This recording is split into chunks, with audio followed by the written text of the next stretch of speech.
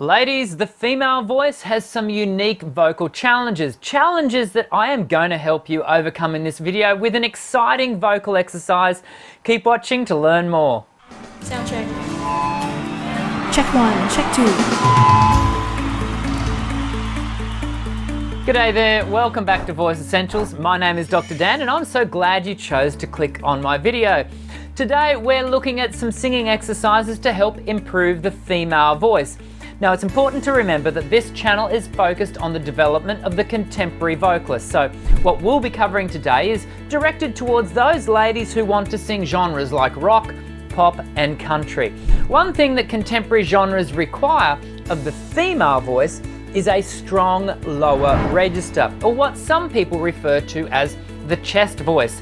Singing with a gutsy lower register really came into its own for women during the advent of the power ballad of the 80s. Singers like Whitney Houston and Celine Dion introduced us to songs like The Greatest Love of All and The Power of Love, which require the female singer to engage and maintain a thyroarytenoid dominance well into the upper register, employing what many people are now calling an M1 phonatory pattern. But unfortunately, engaging and maintaining an M1 phonatory pattern into the upper register can be quite the challenge for many women, because for some female voices, the natural inclination of the voice is to sing in a light or M2 mode.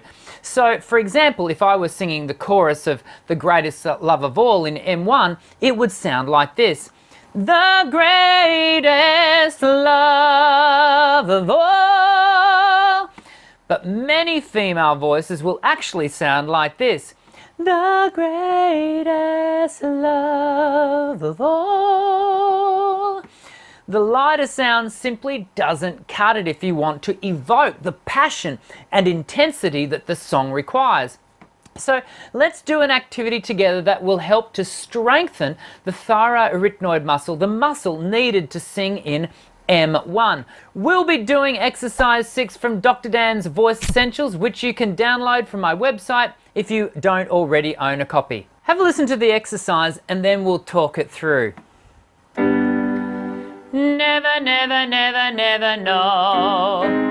Never, never, never, never know. Never, never, never, never know. Never, never, never, never know. Never, never, never, never know. Never, never, never, never know. Never, never, never, never know. Never, never, never, never know. Now notice that I'm starting in the lower register. Now, because this video is focused on the female voice, I've started where I'd like the ladies to commence, that is on D4, followed by a descending 5-note scale.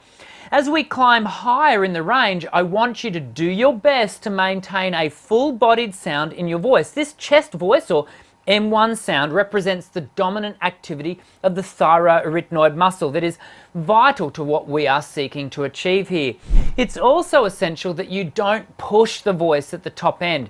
There's going to come the point where your voice is going to want to transition, or what some of you might experience as a flip into M2, or what some of you might call the head voice. Now, it's important in this exercise that you don't transition. So when you do approach the transition or flip, stop the exercise. Remember, this activity aims to strengthen the voice for those high power ballad notes. A weak lower register, or M1, is not the only challenge facing many female singers. In fact, the other significant problem is that of the transition, the smooth movement from M1 into M2. The big challenge for women is this primary transitional point. It sits right in the middle of the voice. If you struggle with your transitions, then I know you'll find this video about smoothing vocal breaks and the exercises that we cover in the video super helpful. I hope to see you in that video in a short moment. I'm Dr. Dan. Sing well.